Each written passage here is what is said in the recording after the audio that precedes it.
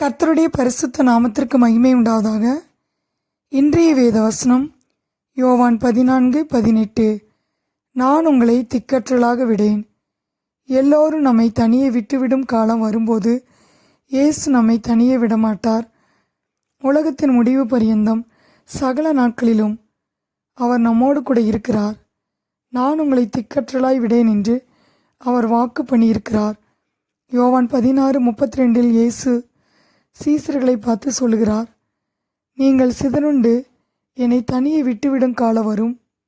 ஆனாலும் நான் தனித்திரேன், பிதா என்னுடனே கூட இருக்கிறார் என்று. நாம் உபத்திரங்களின் வழியே கடந்து செல்லும்போது நாம் தனித்து விடப்பட்ட சூழ்நிலையில் இருக்கலாம். நமக்கு உதவி செய்ய யாரும் இல்லாமல் இருக்கலாம். உபத்திரங்களை ஜெயித்த இயேசு நம்மோடு கூட இருக்கிறார்.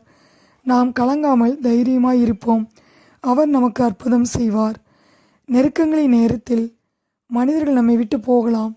கர்த்தர் நம்மை கைவிடாமல் நம்மை நடத்துவார். சேனைகளின் கர்த்தர் நம்மோடு இருக்கிறார். நாம் திக்கற்றவர்களாய் உதவியற்றவர்களாய் நாம் வாழும்போது கர்த்தர் நம்மை ஆதரிப்பார். சங்கீதம் 10:14 வாசிக்கிறோம், திக்கற்ற பிள்ளைகளுக்கு சகாயர் நீரே என்று தாவீது சொல்கிறார்.